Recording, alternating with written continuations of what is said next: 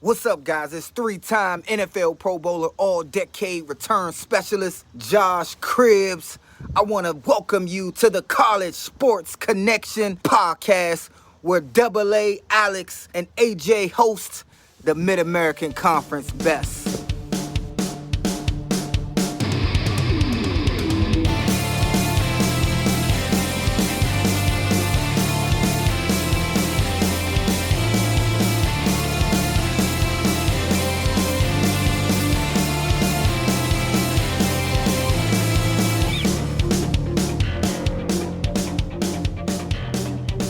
All right, everybody, welcome back to the CSC podcast, all action, all the time. I'm your host, Alex the Captain. Joining me, as always, it's AJ the Guru. What's going on, everybody?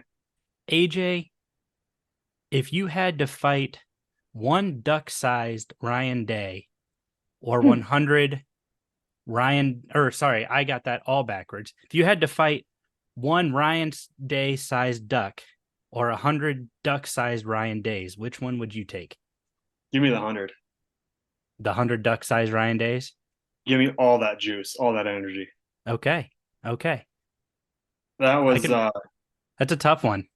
It is. So many of you know, like I grew up just south of Notre Dame. Even though I'm a diehard Buckeye, born in Ohio, grew up just south of Notre Dame. My parents were up there. My brother was up there. A bunch of my friends were. A couple of friends went to the game. And my brother was in a bar. He's in a sling. He's got some rotator cuff issues, and he was in a sling in a Notre Dame bar, and said it was going to get rough if he didn't get out of there. And some of the bouncers escorted a few Buckeye fans out for their safety. Sure. But yeah, Brady, he said I talked to him I think the day after the game. He called me and goes, I got on a knee, yelled really loud, and got back up and acted like nothing happened until I went back outside. But yeah, that was not only that game, but you look at the whole slate of college football games that were played on Saturday. There were a ton. We could do a 3-hour show on just Saturday's games. Oh yeah, country. Absolutely, we could. Just a solid slate of games all around. And even with the MAC schools, right? I mean, there is some great games, and we got a chance to talk about some of those here coming up shortly. But yeah, I had a solid week with this last week of MACtion.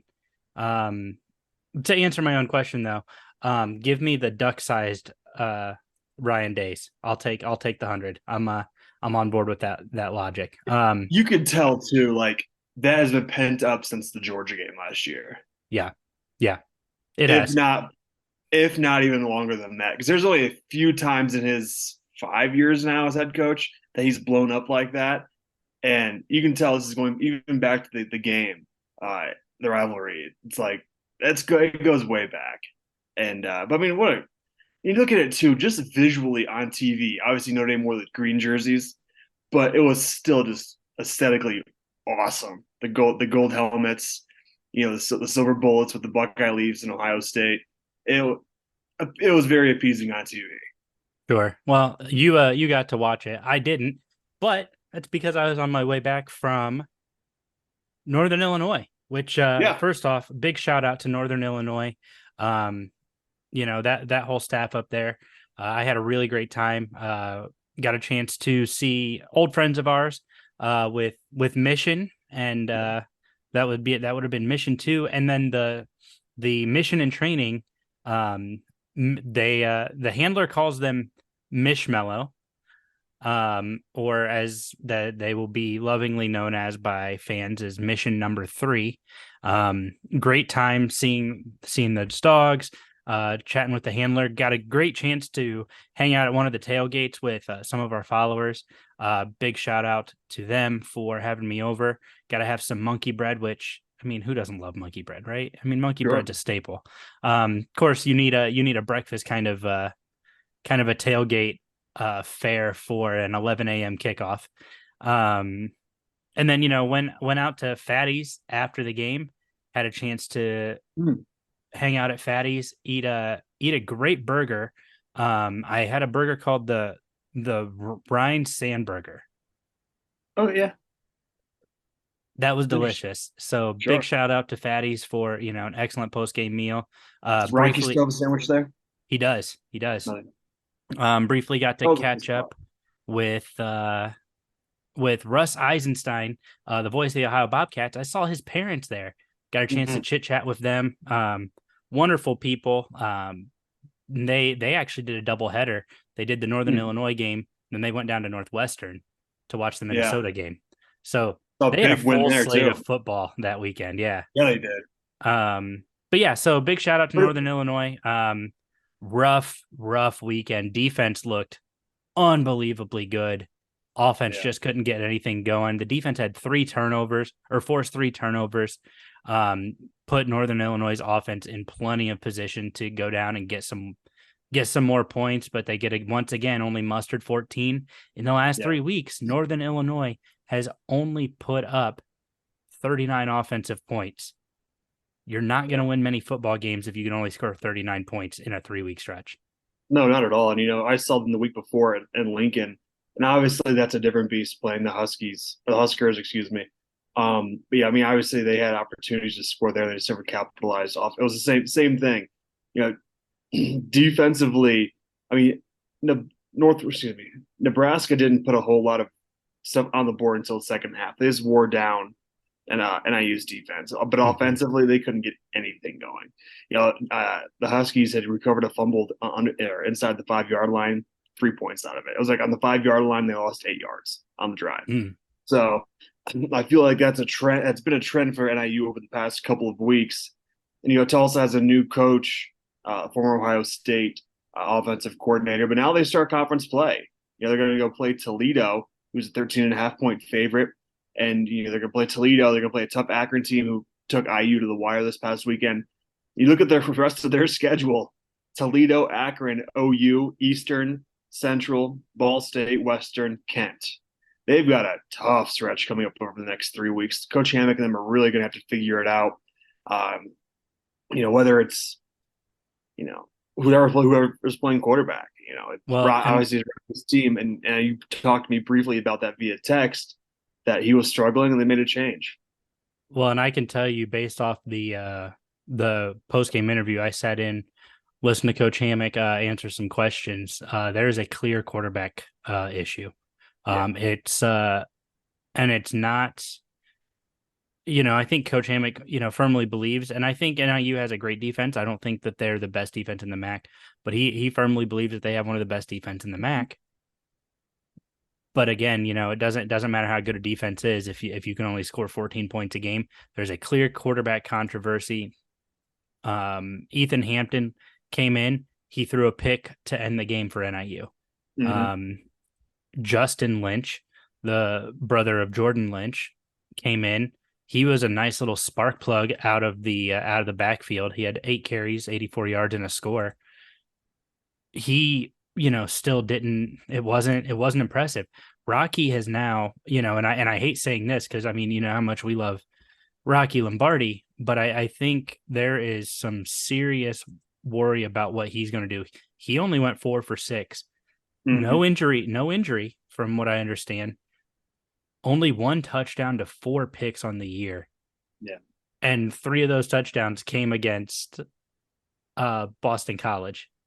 Yeah. Like it's you worry about what's going on with him. He only has 566 yards this year. He's barely over 50% passing. This is not a good look for him. It is concerning because this is a kid who I know can play ball.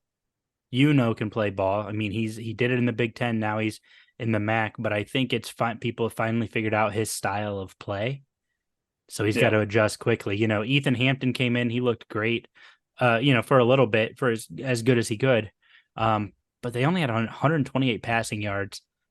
The ground game was their saving grace. Ontario Brown and Justin Lynch were the headliners there.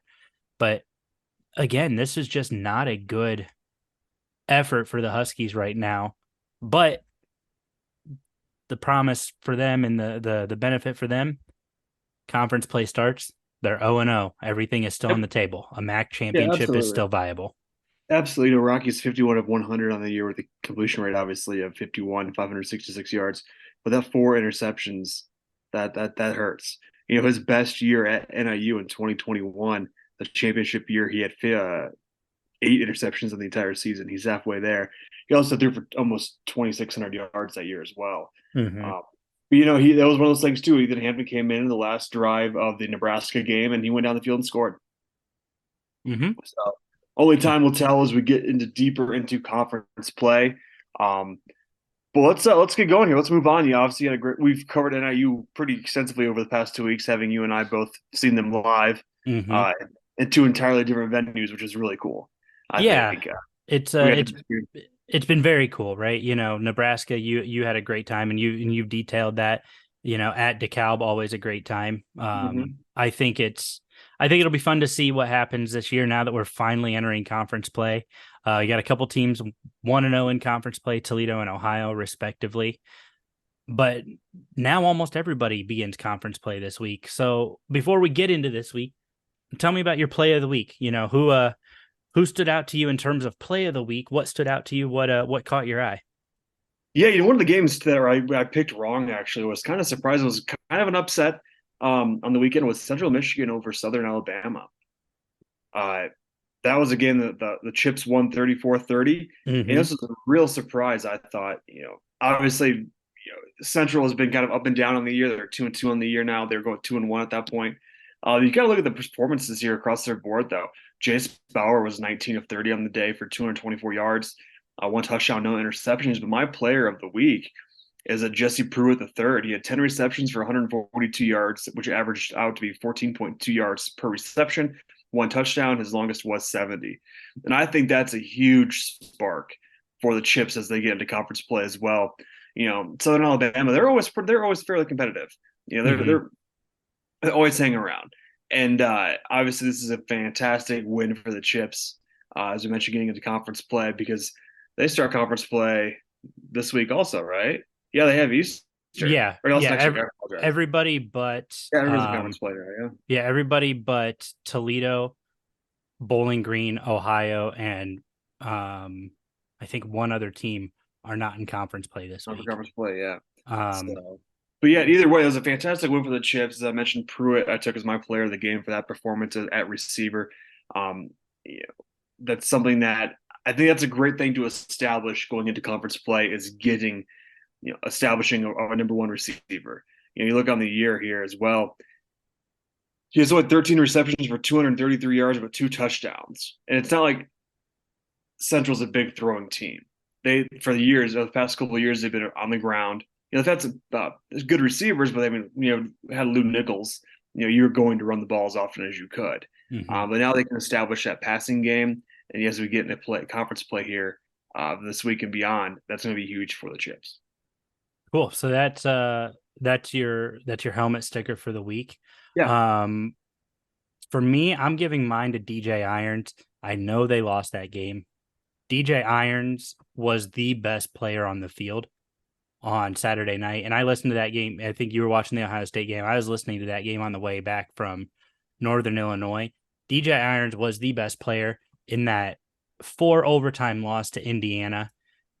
The kid danced. He dazzled. He was 22 of 35, 194 yards. Also added 141 on the ground. He had 2 scores. So total offense, he had over 300 yards total offense. Mm-hmm. Over 300 yards. So he had, actually doing the math here, he actually had 235 yards total offense. Or 335 yards total offense. Yeah. Kid came to play. I love watching DJ Irons play. 2 interceptions, not great. But he literally put Akron on his back, said, let's go, guys. Let's go try to win this thing. They damn near did. This was a great effort by Akron. DJ Irons had an incredible play, and it's not my play of the week. Well, I've got another play of the week that we'll talk about. This is for my helmet sticker, but he had a great play where it felt like he was in the backfield. I want to say it was in the second overtime, maybe the first overtime, where he danced and bounced around and scooted, and I think he ran close to 60 yards for a 15-yard touchdown run in that overtime, and I was just so unbelievably impressed. with DJ Irons and what he did. But also before we move on, a big shout out to the Akron defense as well. You know, they really showed up and they played a great game. I don't want to take anything away from them. They gave Akron a lot of opportunities to win that, especially late with a field goal to try to win it in the end of regulation.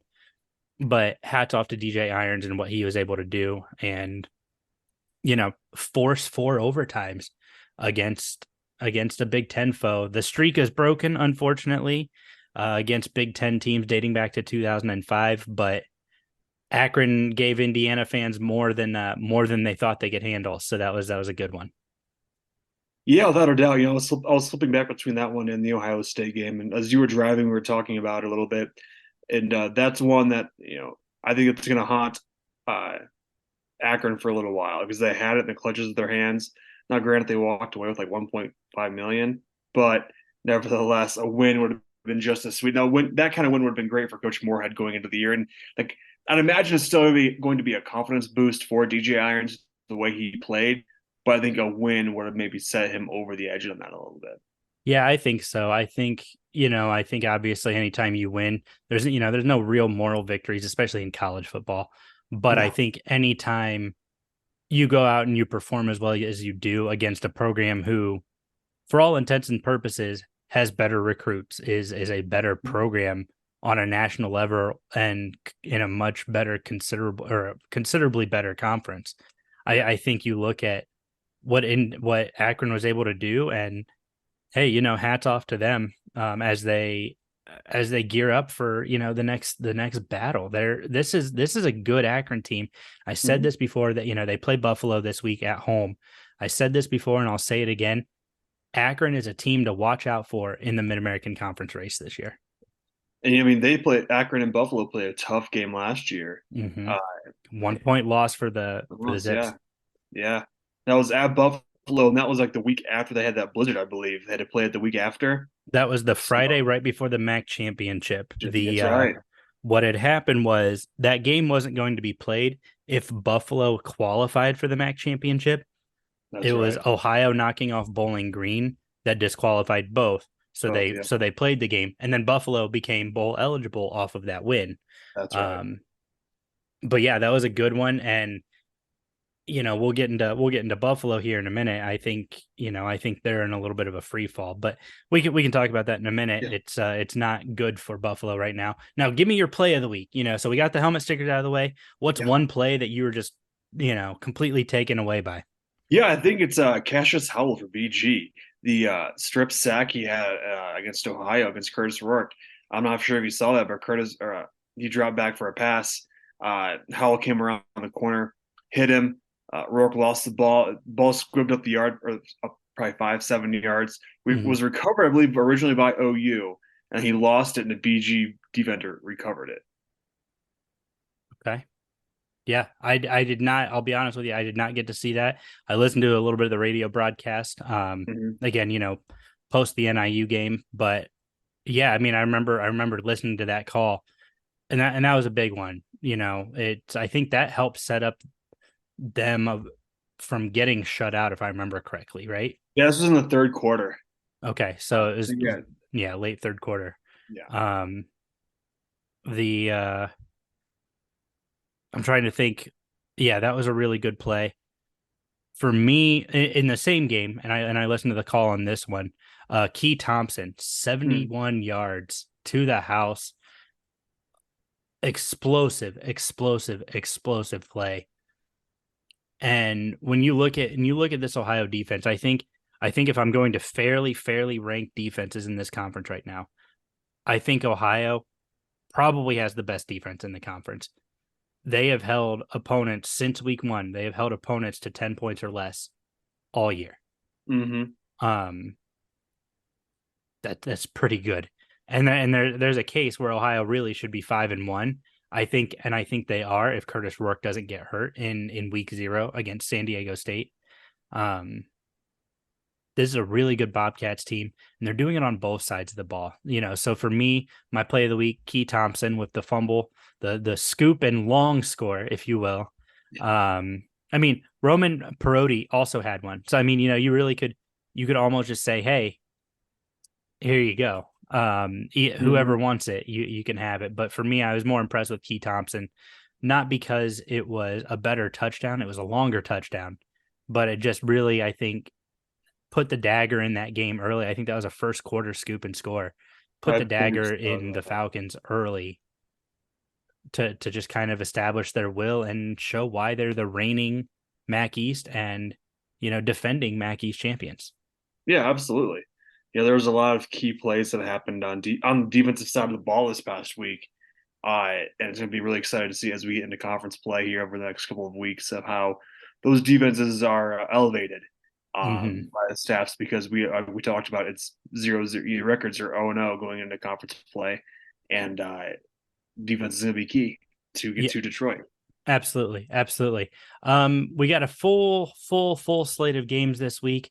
Like I said, we've got a lot of conference play, a few games that aren't conference play, but we got a lot of conference play coming up this week, a lot of first week conference games. We have Buffalo at Akron, Eastern Michigan at Central, Miami at Kent State. We've got Bowling Green's on the road, Ball State at Western Michigan, Northern Illinois at Toledo. So it actually looks like Ohio gets the week off this week. Yeah, Um, what do you probably got? much What's the needed. game that sticks out to you?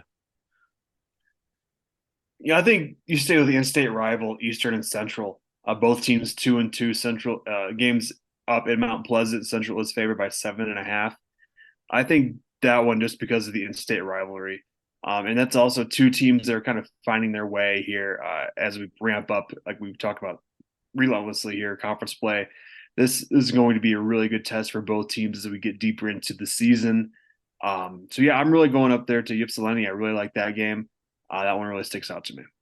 Okay, yeah. So Eastern Michigan is at Central this week. That's going to be a really good one. Really looking forward to seeing that one. For me, I've got circled two games, but I'm going to go with just the first one. It's Buffalo at Akron. We already talked about it. Buffalo played Akron in a great game at the end of the season last year. I think this game is a defining game for both teams, and here's why. Buffalo, they're trying to avoid starting 0-5. Akron, you came off of a game that really you should have won in regulation. Unfortunately, the missed kick doesn't help you out. But this is a game that you're coming off a game that you should have won in regulation. How does Joe Moorhead get this team to respond? How do you get them to focus, recognize, hey, that's the past. We got to focus on, going 1-0 in conference play. You can't go 1-0 in conference play if you lose week 1 of conference play. So I think it's going to come down to how does Coach Linguist get Buffalo ready for this game at Akron in a battle between these two programs? How does Akron respond coming off of a devastating 4 overtime loss against a Big Ten team that they really should have beat? Right. So that's Yeah. my game of the week. Yeah, and that's Yeah. going to be a good one. And they had the plays. There was one or two plays really away from doing that. Yeah. And I think it's one of those things too. That game in particular, the IU Akron game, it just came down to the athletes. I think it was one of those things where late in the 3 overtimes, 4 overtimes, whatever it 4 was. overtimes. I just think IU maybe just had the better athletes down the stretch, but I don't think they had the best game. I think Akron played a better game. I think Akron And played a much better game, and I think really, yeah, I think you're right. The depth comes into it. That's and you can't deny that, right? The Big Ten naturally recruits better. That's part of the brand. That's part of the level of competition you have, but also that you'll face, right? It's at Indiana. That you're going to have a much better chance at competing on a national stage and being viewed on a national stage than you are at an Akron, at a Bowling Green, whatever. Not to diminish what the MAC provides, but that's the facts. Indiana's part of a conference that gets a lot more national recognition, a lot more national attention. It's just how it is. So if you're Akron, the chips were already, stacked against you. A 2-point loss, again, no moral victories, but a 2-point loss in a game that you took Indiana to the wire. I don't know. That's a rough one to try to rebound from. it is, but there's a great opportunity here to if Buffalo were to drop this to go 0-5, Akron can move up to 2-3 on the year, and they're Mhm. favored by 3 points, and the game's at home. So I Yeah. think it was a great opportunity for the Zips to add another one to the win column. Yeah. No, it should be really good. And that would give Akron, like I said, I think this is a very defining game for both programs. If Buffalo can win this one, you know, you avoid the 0-5 start, obviously, but then you're 1-0 in conference play, which means you're still alive for everything you want in terms of a MAC championship, whatever. If you're Absolutely. if you're Akron, you improved to 2-3. You've had 2-win seasons the last several years. Starting 2-3, not a bad look for the program. Not at all. One last thing I wanted to kind of go into. I don't know if you saw it, but there's talks about changing the structure of the 12-team playoff in terms of how auto bids work. There's talk about moving it from a 6 auto bids and then a 6 at large to 5 auto bids and 7 at large. What's your take on that? I saw the pop up earlier. I hadn't got a chance to look into it. It's interesting that they're just kind of they're delaying the inevitable, really. Like Mm-hmm. what's going to happen, and I think that there's probably way more behind the scenes than we know about, Sure. which is what's kind of prompting this. TV contracts realignment. I'm imagining the realignment has probably a lot to do with this. Um, so I'm really curious to see over the next couple of months how that all uh, works itself out. But I haven't gone into into too much depth because this is one of your favorite topics to talk about. So I haven't It really looked is. into it a lot. But yeah, you can take the lead on that one. So what you're thinking? I mean, and I tweeted this out earlier, but I think the solution is, you don't have to worry about what's fair and what's not fair. You give every conference champion a bid. Every champion makes it, whether it's 10 champions, whether it's 8, whether it's, 9, whatever it is. Because the Pac-12 is dissolving, right? I mean, that's very clear. The Pac-12 is down to 2 teams starting next year. And they're one of the best teams in college or best conferences in college football right now. Right. So and then the teams that are getting left behind, what, Washington State and Oregon State, I want to say, Yes. you you move those to the Big 12 or you move them to the Mountain West and merge that. You build up the profile of the Mountain West a little bit, or you say, hey, we have 4 power conferences and 5 group of 5 conferences. Guess what? That's 9 champions. With your current model of a 12-team model, you get 3 at large for Power Fives. You're actually giving more Power Fives if you go that way and you give conference champions, every conference champion, a spot. Well, now you've eliminated a conference, so that's one more opportunity for an Alabama to make it. That's one more opportunity for a an Auburn to make it, or a second Big Ten team, Ohio State or Michigan, depending on who wins what. You give those other teams those opportunities. The regular season stays just as valuable as it always is, because now your conference championship matters so much more. Mm-hmm. How many times have we seen the conference championship not matter? Right? Like, Right. it's, I think this last year was a great example. TCU didn't win the Big 12. Right. They made the playoffs. Ohio State didn't win the Big 10. They made the playoffs. And not to say Ohio State didn't deserve to be there, not to say TCU didn't deserve to be there, but conference championships already don't matter. By awarding an auto bid to each champion, the conference championship is the one thing that matters, which means the regular season has a lot more value, especially conference play, because now every week is a potential elimination game for conference play. You get 3 weeks into conference play, you've got 6 teams still eligible. That's a lot more exciting than you starting MAC play and, hey, Ohio or Toledo or Miami, who are all 3-1, 4-1, might get a shot at a New Year's Six bowl. No, those three teams all get a shot at going to the playoffs, but really all 12 teams get a shot at going to the playoffs in week 1. Really, you could probably get to week 3 before you're like, okay, a couple of these teams need to win out or need to do, and then you start breaking down the scenarios. And I think that becomes so much more critical and so much more important. So I'm a big fan of this idea. Every champion gets in. Is it going to happen? 100% not. I recognize that. But I'm telling you, college football, you put every champion in, give every champion a shot at this. It works. It's a model that works, and I think it's a better system overall. I think so. And we're at the point we're at now is it's going to change 12 more times before it's actually implemented. So yep. Who knows? It could be a 36 team playoff by the end of all this. For all we know, it's a March Madness type style. So who knows? It'd be interesting. But we're only at the tip of it. So we're only at the tip of the iceberg. Yeah, so it'll be fun. This week I am at Ball State at Western Michigan. I'm going to be bringing you guys some content from Kalamazoo, my first trip up there. Really looking forward to it. One of the staffers at Western Michigan reached out. I'm going to get some stuff set up to try to get some additional pregame and in-game content for you guys. Her and I had a great conversation, and yeah, I'm just really looking forward to it. It's going to be a great weekend.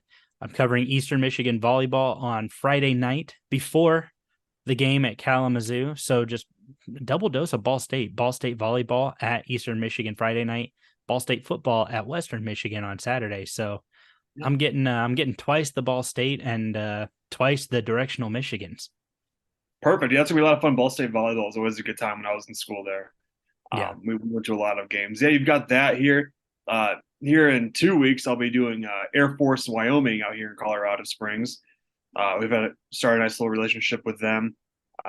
Troy, the SID over there, has been nice enough to allow Faith and I to go over there, do some coverage. So we'll be doing some Mountain West stuff here as well. Because, Air Force football, they're 4-0, the best team in Colorado right now. They're actually fun to watch. And they have a sweet slogan for their advertisements, too. Experience a game in thin air. There you go. Big fan of that one. Big fan of that one. And it's thin, that's for sure. Sure. But yeah, we got a couple cool things coming up. We'll obviously you covering Maction and me covering a couple of other things here.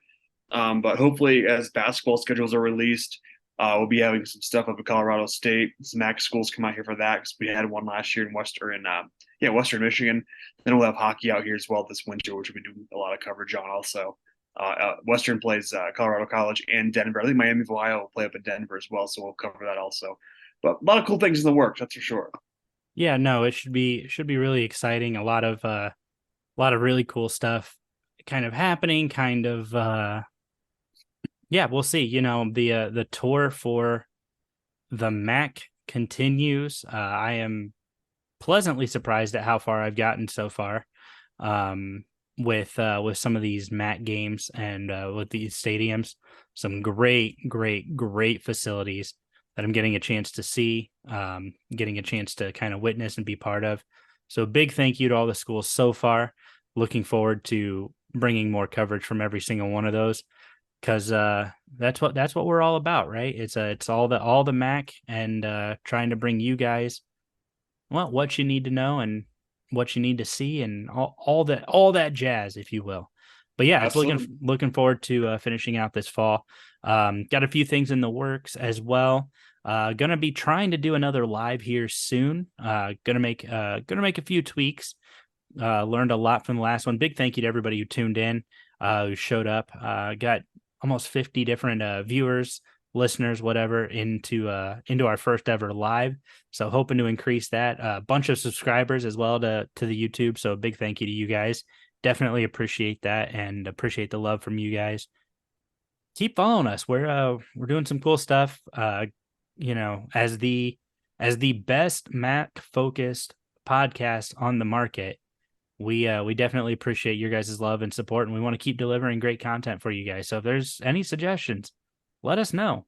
If you have ideas, thoughts, whatever, we want to deliver. We want to see if we can't bring you even more of this content that you want and that you deserve. So please let us know. Absolutely. Cool. Well, guys, thanks so much for tuning in. We definitely appreciate it. Lots of great stuff in the work. And yeah, AJ, anything else from your end? I got to go pack and move. Sounds good, man. Well, thank you guys so much for tuning in, and we'll see you next week. See you.